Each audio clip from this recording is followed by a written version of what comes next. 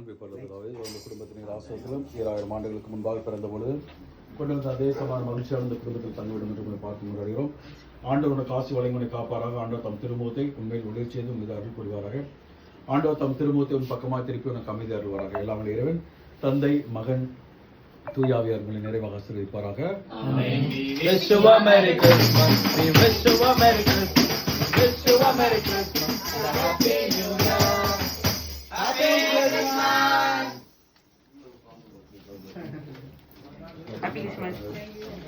Happy Christmas.